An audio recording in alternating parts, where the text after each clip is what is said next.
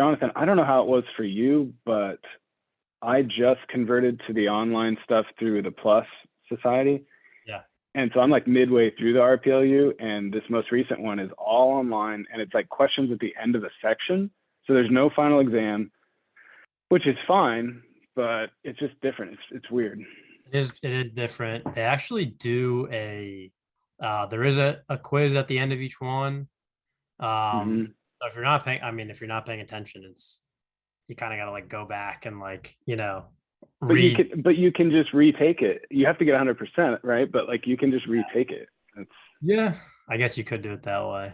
But they're I think long. it's kind of cheesy. I'm used to going to Prometric where they strip you of your watch and your necklace and everything, and they're like wanding you down, and they're like, "All Right. right, go at it. You got a time limit," you know?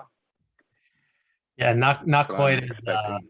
not quite as intense. Although if you take some of these No. exams, I think it's true for the CPCU, but when I got my PNC earlier in the year, I went to the location to take it, but you did have the option to take it from home as well. But you had to download like this, I don't know, uh, app where the proctor would like, could talk with you, be like, show me around your room, whatever, like what's in front of you. I'm like, I'm not trying to Yeah.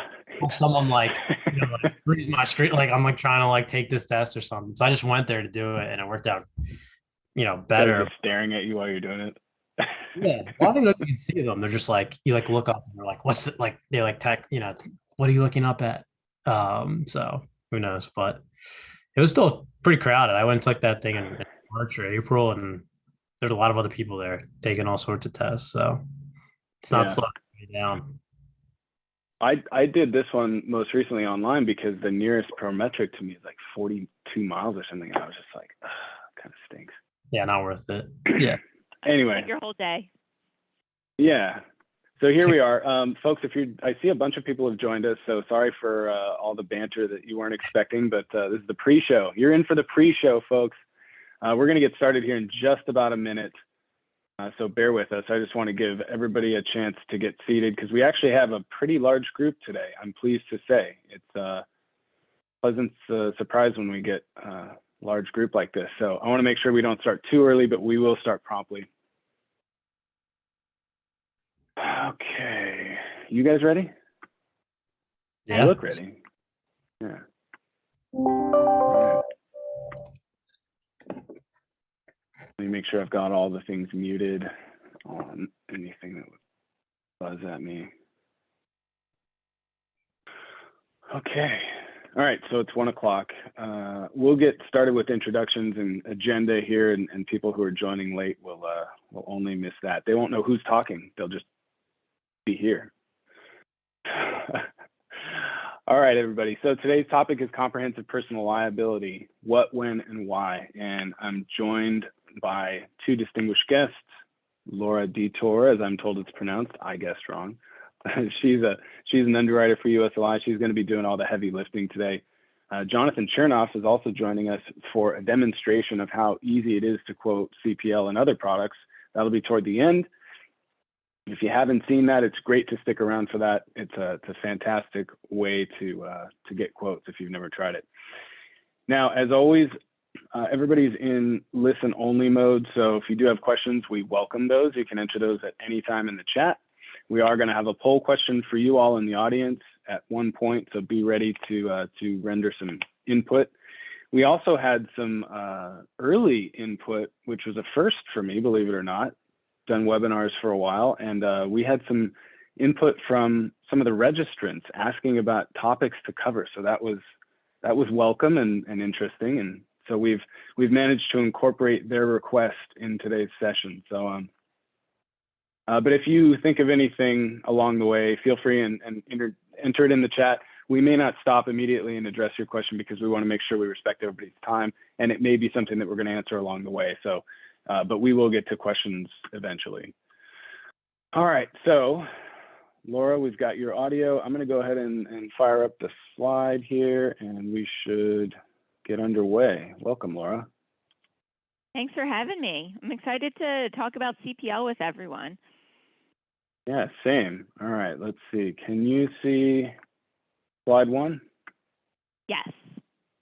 Good. All right. Well, then that is our introduction. So let's move past introduction since we've done that.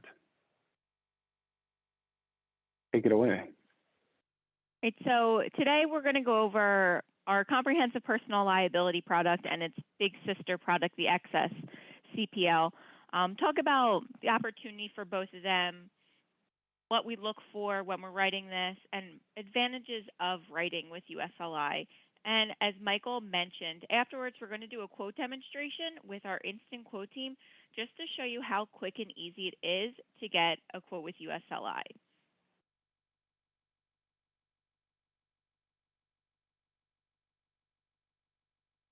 So these pictures, I would obviously like to sorry, be in that first place right now, but this is just a quick snapshot of some of the different things that we can consider under the CPL product. We go from condo units on the beach to motor coach parks.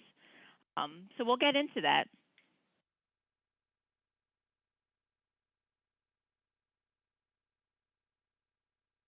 For those of you who where CPL might be new to you and you really just want to learn what the heck this product is, comprehensive personal liability is just a standalone liability product. It offers liability coverage since it's a primary layer. Coverage with USLI goes up to $1 million. We can offer coverages in different ranges, 100,000, 300, 500, or $1 million. That's going to be strictly occurrence-based. We don't do aggregates on the personal line side, so you don't have to worry about any 1-2 limits or anything like that, or any deductibles. Pretty standard, but $5,000 in medical payments to others comes included with every CPL policy. It's not an additional premium or anything. It's built into our base rates. And another thing that comes included with every CPL policy up to the full policy limits would be personal injury coverage, which is a huge coverage to have in this day and age, mainly for things like libel and slander. Everything's done on the internet now. Everyone's hiding behind a screen. Most people feel like they can say whatever they want because they're just typing it into a little abyss. But you can really get sued for the things that you say on the internet. So having personal injury coverage is a huge coverage to have. Other things that would fall under personal injury would be wrongful eviction, invasion of privacy. These are definitely coverages you'd want to have as a landlord. I do want to mention that we just revised our personal injury endorsement in the state of California. I know a lot of you are in California, so this might not be the news that you want to hear, but we were seeing a really large increase in wrongful eviction claims in California, mainly in LA County and the Bay Area. You know, I'm sure you guys know they're problem areas from an insurance standpoint and very favorable to tenants' rights. So most of the wrongful eviction claims that we were seeing, even if they were frivolous, a lot of times they were almost made up, they were paying full policy limits. And in California, wrongful eviction can fall under what the state calls treble damages, where you can end up paying triple what the award is. So for a $500,000 CPL policy, you could end up paying $1.5 million on a $300 premium. So we kind of just had to take a look at it and decide in the state of California, wrongful eviction really isn't something that our premiums are fit for. Yeah, that makes a lot of sense. And Laura, it's definitely not the news that, you know, folks in California want to hear, but for the long-term, you know, efficacy of a product and just faced with what you just described, I mean, it seems, you know, inarguably the right move to make if you're charging, you know, what, $350 for a premium or something and paying out $1.5 million. It can't go on forever, right? Exactly.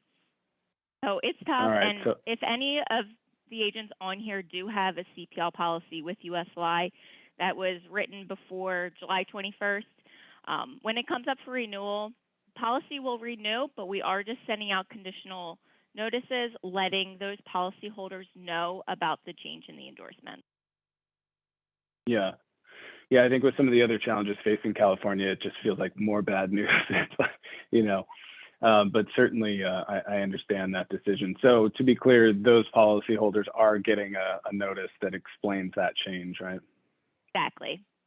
Yeah, because that was one of the questions we had received from a registrant. So hopefully that addresses it. If not, feel free and type in as we go along here. And I think up next we have a poll question.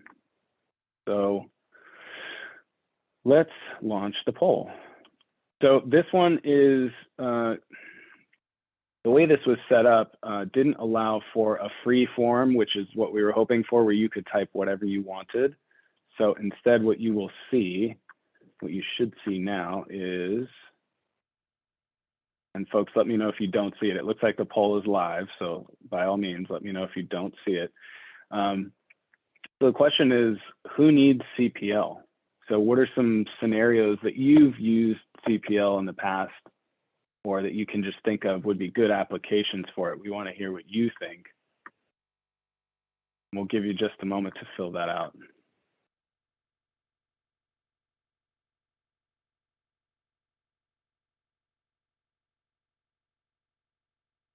So in case I didn't mention this, go ahead and type those into the chat. Yes, there we go. Because it does look like a multiple choice, but we actually want you to type that in. So apologies for the kind of the way that was set up. It didn't have the option of actually setting up a free form. Okay, so we've got a variety here. Yep. Okay. I like the answer for everyone. I like how we're seeing that multiple times. Yeah. Yeah. So CFP, right? That's a common one. Yep. If you just want a liability, pair up with that. Rental property has no liability. Yeah. Okay. Sure. Vacant property. Yep. So a lot of the same answer there. Okay. Yeah, All right. So this is really. Oh, sorry. Go on. Yeah, no, I think you were probably going to say the same thing I was. These are great examples. There are, however, some scenarios not mentioned here that perhaps we can introduce. So thank you all for entering. Yeah, go ahead, Laura. I was just going to say, these are all great examples. I honestly love how everyone's saying everyone in here. Biggest thing that I'm seeing on here also, aside from everyone, is when you got a state program, you're getting your property from the state, and that doesn't come with liability. That's a huge thing that we see in coastal areas and in brush fire areas. So those are definitely individuals who would need a CPL. Great. So thank you all for those of you that entered an answer there. We appreciate your engagement. And so we're going to move to the next slide. So what's our appetite? It's pretty broad. For the CPL, we can consider a lot of different types of insureds. It doesn't just have to be, a home in someone's personal name. Understand that people set up LLCs and trusts for tax purposes. We can do those entities, and we can even consider corporations under this product. Now, if it's Joe's Bar and Grill, who also owns a rental location, that's not the type of thing that we want. But if it's a corporation that was set up for residential real estate purposes, we can definitely consider that. Our policies can write up to 15 locations per policy. If it has more than 15 locations, we consider that to be more of a commercial exposure. You can write 1 to 4 family dwellings. There's a little asterisk there now, and I'll get to the reasoning behind this when we get to our claims examples later. But in a handful of states listed at the bottom of here, we're only writing 1 and 2 family locations. In all other states, we can still write 1 through 4 family. These can be owner-occupied primary homes, maybe a secondary home, homes that are rented out on Airbnb, VRBO. We see a lot of them because a lot of carriers don't want to provide coverage for those seasonal rentals. What we're seeing a really big increase in would be ground-up construction risks and homes under renovation. So, yeah, you're building a home and your builder has coverage for themselves, but as a property owner, you need coverage for your own interest in that location. Maybe you bring someone over just to see how the construction's going and they trip and fall. That's not going to be covered under the builder's policy. You need your own coverage for those types of exposures. And outside of homes, we can do condo units, mobile homes, seeing a lot of slabs within RV parks, and just vacant land that maybe someone wants to build a home on one day or just uses for their own personal use. There are all things that can be considered under this type of product. Now, Laura, I should also take a step back. When we had the poll question open, someone mentioned vacant properties, and I think that may fall outside appetite. Is that right? That's a really good question. Thank you for bringing that up. So as of now, as the product stands, a home that's just sitting vacant, that doesn't have plans to be sold or renovated or occupied within 60 days, it's not a fit for this product. It is something we want to do in 2022, just prioritizing it. But at the moment, a home that's just sitting vacant is not eligible for CPL. Got it. And I will say we at J.E. Brown do maintain some other options for those vacant homes, whether it be a package policy to insure the property and the liability or a standalone. So it's not a complete closed door, but this particular product, not a fit. All right. Some product advantages aside from like the personal injury and other things that I mentioned would be host liquor liability. It seems pretty simple. You wouldn't really think to have this included, but again, I have another claims example of why host liquor liability is really important to have. Same with dog liability. I know some carriers are now excluding just dogs altogether. We do include dog liability. We just exclude about 12 breeds. There are those breeds that are known to be vicious. Even though you might know the sweetest pit bull on earth, we do still exclude coverage to them. Additional insureds we can include, we see a lot of property managers, homeowners associations, even someone who's just renting a home and their landlord wants to be added. They can all get added. We don't charge for it. We also include pool coverage. I saw that question pop up, so now's a great time to mention it. Pools are covered. We do charge for them. We just want them to be fenced. If for some reason there's something unfavorable about the pool, we can exclude it. We don't have to decline an entire risk. But for the most part, we love pools. They can be covered. And the best part about the CPL product is it's so easy to quote. It takes about 4 questions to quote it. You can quote it on the web or over the phone.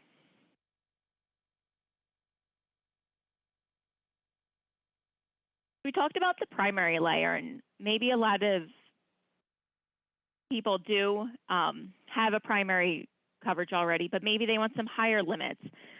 We have an excess CPL product that writes over any liability carrier. We don't even ask who the underlying carrier is, and we can write up to $5 million in most states. There's a lot of California agents on here, so I'm going to mention $1 million is the max in California that we offer under this product. It's follow form. We can cover animals, we can cover pools, as long as they're covered on that primary policy. This is a really good buffer policy when maybe someone has a property manager who's requiring higher limits for a rental location, and you're only getting $500,000 on the primary layer. The other area where we write a ton of this is for anyone who writes in Florida. Citizens is a carrier that was already big in Florida, but with all the changes going on within the insurance market there, it's growing, and their policies cap at $100,000 for liability. So a lot of individuals want to get higher limits to get them to be able to obtain an umbrella somewhere. Well, that's a perfect time to tee you up for the next slide and just ask about some scenarios where this is useful. So why would we sell excess?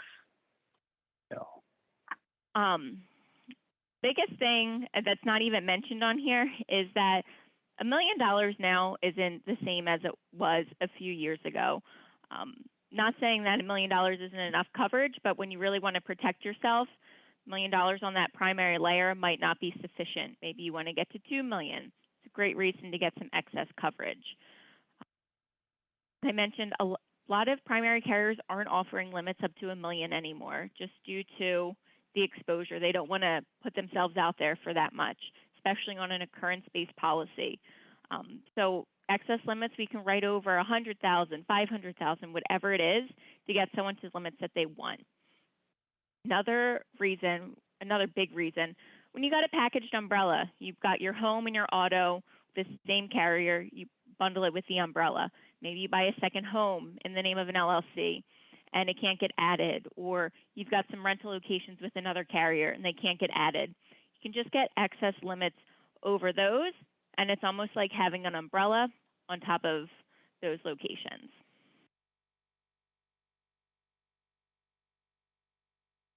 So this is going to look pretty similar to our appetite for CPL. As I mentioned, the products are siblings. They go hand in hand, except for this last bullet point here. We can consider vacant homes under the excess layer.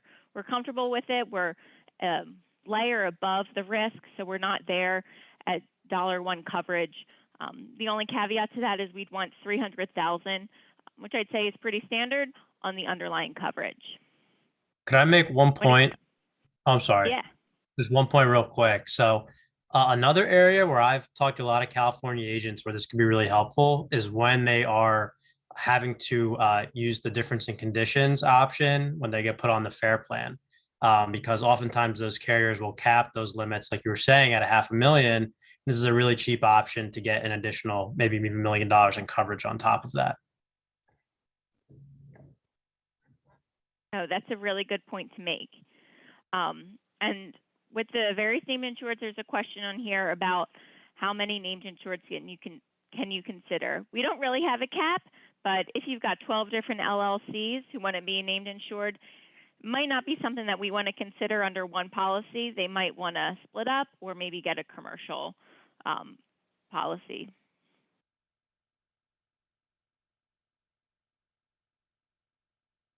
Right, so everyone's favorite part is what do we actually pay out for under this product? We write a lot of it, but what type of claims do we typically see? Oh, I will start off, slip and fall is the biggest thing that most people get liability coverage for. I don't have any slip and fall examples on here because everyone really knows what slip and fall would be. This first example happened last year. There was a drive-by shooting outside of a 3-family home in Florida. The insured's tenant and someone else were on the sidewalk. There was a drug deal gone bad, and the person in the drive-by car shot one person. Our tenant passed away, and the other individual was just injured. So our insured wasn't negligent in any way. They weren't involved. They didn't do the shooting. But we learned about this thing called negligent security, where mainly for like apartment complexes and 3- and 4-family homes, you have to provide a safe environment for your tenants, whether that's working video cameras or motion detector lights outside your home. This home didn't have that, so our insured was considered negligent in this situation, and we paid out $1.1 million under it. That is kind of what made us look at our book and see what states had these negligent security concerns and aren't favorable to insurance carriers. And that's when we had to take a step back from 3- and 4-family homes in those states, California being one of them. Another claim that we paid out on, this is where host liquor liability comes in very handy on a liability policy. Insured's daughter and her friend were hanging out the house, broke into the parents' liquor cabinet, just having fun. The friend drove home, got into an accident, and killed someone. Now, our insured didn't even know any of this was going on. Their kids were doing it in the basement behind his back, but technically he served the alcohol, and it paid out policy limits of $300,000. These next two were on our excess layers.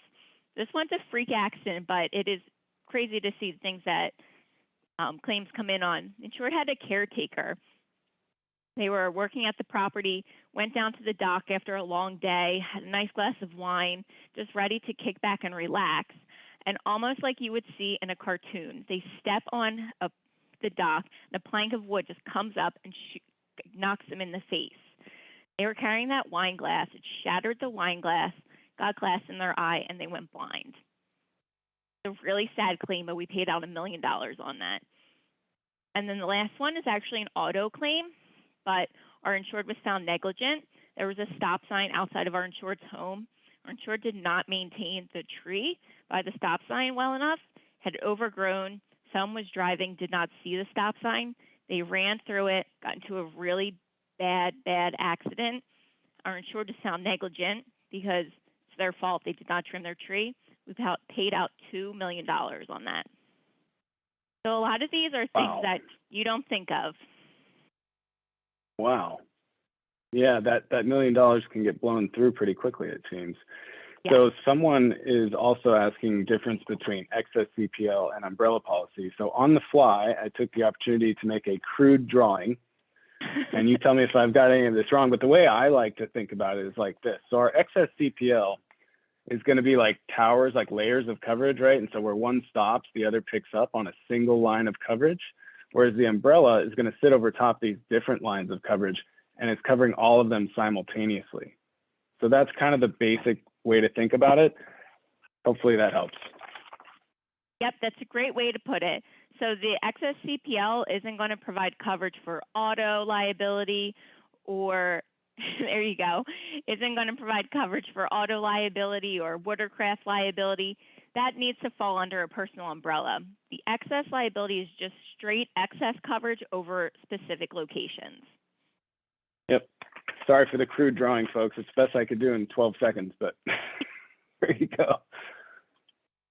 We have fun, don't we? So these are all things, they're not necessarily product related, but they are benefits of quoting and writing with USLI. So we have time service promises. So we're going to get back to you within 3 hours. Maybe you try and quote something online and it gets web submitted. You don't have to wait until the next day or the day after that. We're going to get back to you on that one within 3 hours. Multiple quoting methods. As I mentioned, you can call us in for a quote, which Jonathan will preview for you, and quote online. Underwriter accessibility. You try and quote something, you can contact us. We can help you out. Every quote that you get from USLI comes with a pre-filled application, so you don't have to get an Accord app or find a new app to get completed. We can accept those Accord apps and all of that, but just to make it easier, we send out pre-filled applications. We don't require anything at renewal, which is great.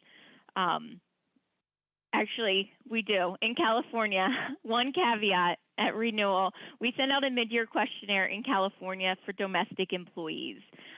We don't cover workers' compensation at USLI, and since we are admitted in California, we can't exclude workers' comp. So when we know someone has a domestic employee who works more than 4 hours a week or 52 hours within a 3-month period, we aren't able to write the risk, and J.E. Brown would have another option for you. But we do send out a letter mid-year just to confirm an insured hasn't gotten a domestic employee within that time. And then direct bill in a handful of states where it's admitted, you can direct bill and you don't even have to touch it.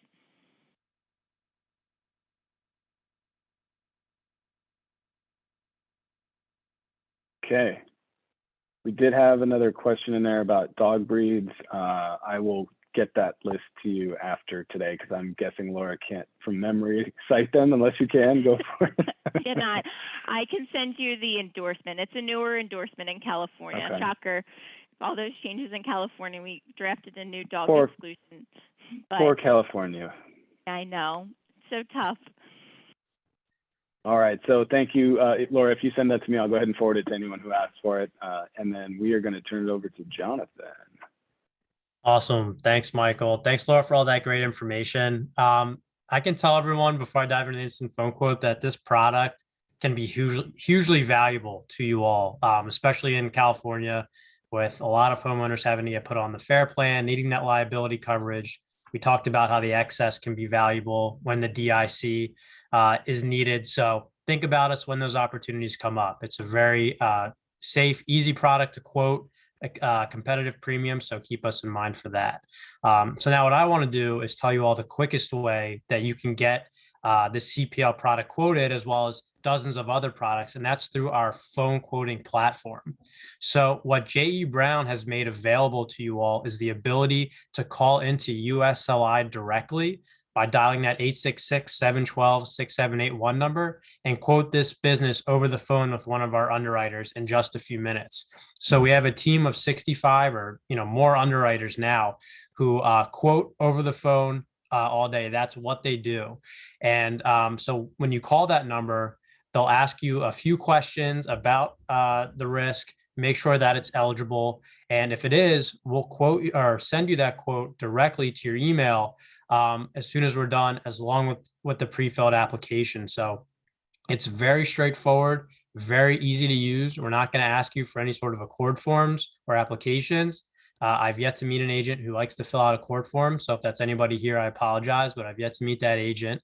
And additionally, if it's a risk we're not able to quote for you, we'll get you back over to J.E. Brown and they will remarket that risk for you to their other carriers. So even if it's not a fit for us when you call us, we'll get you back over to J.E. Brown and they'll find a home for you.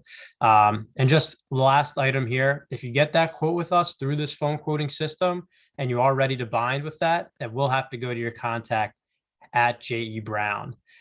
So what I'd love to do here, Mike, if we can hit the next slide, I just want to show you all how easy it is to get a quote over the phone. So I'm going to do a quick demonstration, but while I'm dialing in to get an underwriter on the line, take a look at those other products we can quote over the phone here. I'm sure there are a good number of personal lines agents here, but maybe some commercial lines might spill into that as well. So a lot of opportunity here. But with that said, I'm going to call into that number, get an underwriter on the line, and demonstrate for you all how easy it is to get a CPL quote over the phone. So bear with me one moment.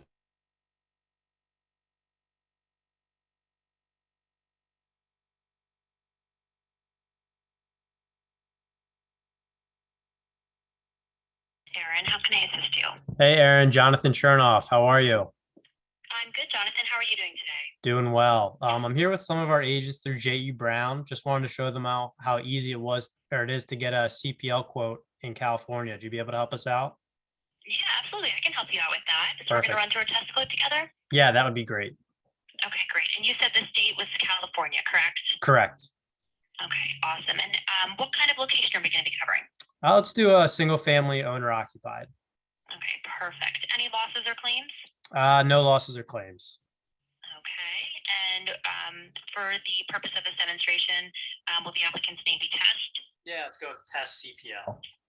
Perfect. And how about an address for the risk? We'll get even more creative. We'll go with 123 Main Street, and let's use the zip code 90002, Los Angeles. Perfect. Great. All right. And then at this location, are there any exotic pets, farm or saddle animals? Nope. Okay. How about a swimming pool? We'll say no swimming pool, but is that something we'd be able to cover on this product? Yeah, absolutely. So if there is a swimming pool, we just want to confirm that it's fenced with a self-latching gate. And then at that point, we can include liability for it. It would just be a little bit of an extra charge. Got it. Thank you, Aaron. Yeah, of course. Are they planning to do any renovation or construction over the next 12 months? Nope. Okay. Is this rented out to college students or used as a rooming and boarding house or assisted living facility? It's not. Okay. Any hazardous conditions on the premises? Nope. Okay. Do they use the location for any business, farming, or hunting? They do not. Okay. Is there a domestic employee who works more than 52 hours in a 90-day period or more than 4 hours per week? There's not. Okay. Generating our premium now. I do have a quote for you today. This will be written on admitted paper with the United States Liability Insurance Company. This is quoted on an annual term and it will be direct bill eligible for up to one installment. The quote is going to show you all 4 liability limits that we can offer starting at 100,000 going up to 1 million. Do you know what limit they're interested in? Let's do the $1 million limit. 1 million, sure. So that's coming in at $404.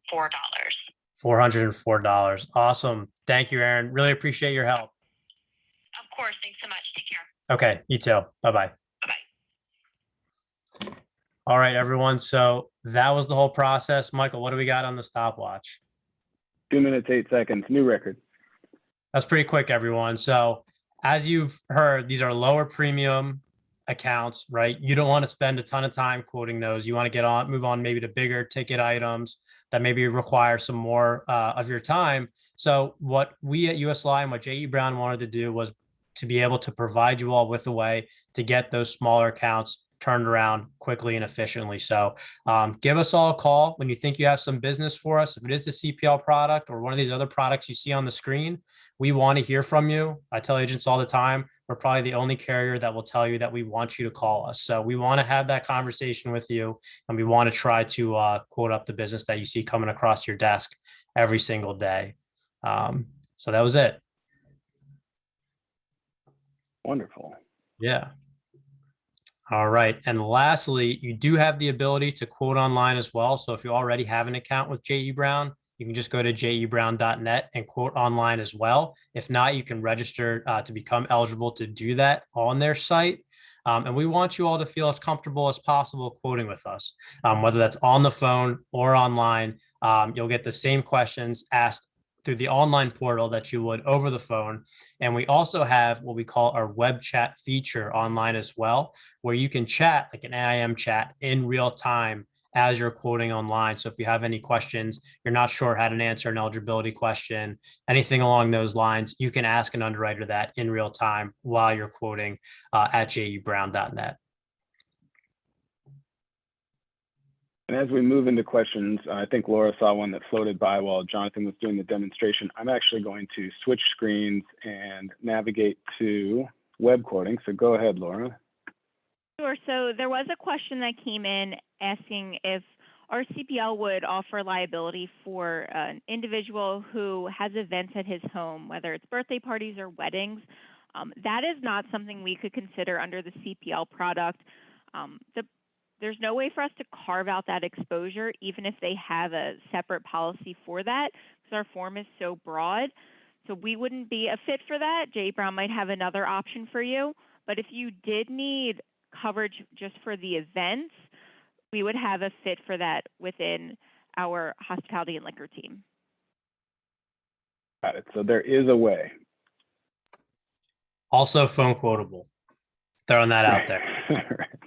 Right. That actually, yeah, there was a question about whether it was dual web and phone. So from your dashboard, once you're logged into the J.E. Brown site, it's as simple as clicking a button here. You'll be launched over to this page, which again reminds you of the instant quote line, but you can simply choose essentially by category here. So commercial, we have it broken out into BOP, personal lines, and you just click on CPL right here. And then as Jonathan mentioned, there is the live chat in case you get stuck. But this is definitely quotable online. So it's really about preference and what you all prefer, how you want to operate. Maybe you're already on a phone call and so web is favorable, or maybe you're busy typing away and you just want to dial up and quote by phone. So we really try to meet you where you want to be. Let's see if we have any other questions here, if you guys don't mind, and then we'll wrap up. So we do have one asking about, oh, you know what, before we get to those, we had the question about pools, and you mentioned they need to be fenced. Okay, so what about the circumstance where you have golf course property and it may not be fenced or partially fenced? Do you make any accommodation for that because of the golf course, or do you just shy away? Very good question. In those instances, it's usually they're within an association, they're within a community, and they don't allow the pools to be fenced because they want to go for a certain aesthetic. That's okay. We're okay with the pools in those situations. But if there's no rules against fencing a pool, we would want the pool to be fenced. Got it. Okay, let's see. Someone's asking about horses on premises for personal use only. We can consider up to 2 horses owned by the insured, strictly for personal use. So if they're letting people come over and ride the horses, or they're doing any boarding, breeding, or racing, that would be out. But we can consider up to 2 horses for personal use. We would exclude the horse. And someone else is asking about what you said about an employee in California. And if I got it right, it was pertaining to the renewal questionnaire that asked if they have an in-house worker, essentially an in-servant that works more than, 4 hours a week? Yes. So that's because they don't offer workers' comp, and so they can't exclude that coverage for the liability section there. So hopefully that makes sense. All right, we have questions coming in fast and furious. So here we go. Yeah, we got that one already. Yeah, that's the special event. That one was answered. If you still have questions about the special events on property, please contact our office. We certainly can do that. It wouldn't be on the CPL. It would be on the liquor team. They would do an annual policy for you. Another question about 5-unit building. I think we touched upon that along the way, but any thoughts on a building 5 units? Yep, we consider that to be an apartment, which is a commercial exposure. Under the CPL, we can do 1 through 4 family, as I mentioned, depending on the state. Got it. All right, and then what about for the builder's risk side of things? Will you cover the demolition? No, great question. We won't write the risk until the demolition is complete and it's been cleared up. We unfortunately don't have a demolition exclusion, so in those instances, we wait for the prior building to be demolished and then we will find coverage. Okay, and Barbara's asking, what about a boat dock on the property? These are really good questions. I love this. I know, right? We're okay with boat docks at a property that has a home. If it's just a piece of vacant land that has a boat dock on it, that USLI would not, or that the CPL product would not be a fit for. It's like an attractive nuisance where it's almost like inviting for people to come up to the property and do whatever they want on it. So boat docks are okay if there's a home at the location. Wonderful. Well, folks, if you have any last, oh, here's another one. One more, I see. How about a boat Yeah, go ahead. at a marina year round? That wouldn't be covered. They would need a different type of policy for that because, again, the boat isn't going to be covered under the CPL product. They would need boat insurance or boat liability policy for that. Yeah, we do see that sometimes where that's someone's residence. You know, it's just docked full time, and that, you're right, that would definitely fit better under the standalone boat policy. All right. I think that is all the questions. If you think of something as we're wrapping here and we didn't get to your question, apologies for that. We want to make sure we respect everyone's time. So feel free, contact our office at 800-955-8213. You can reach out to your regional sales manager if you have questions, or visit us on the web, jebrown.net, and we welcome your submissions. We want to thank everyone, including Laura and Jonathan, for their time today. I think this was a wonderful session. We got a lot of great questions, so thank you all in the audience for participating and the input we got prior to today's session.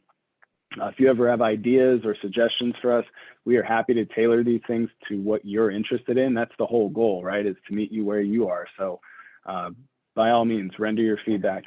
And Laura, thank you so much. Jonathan, thank you. I'm going to shut her down. Thanks everybody. For having us. Bye, guys. Have a great day.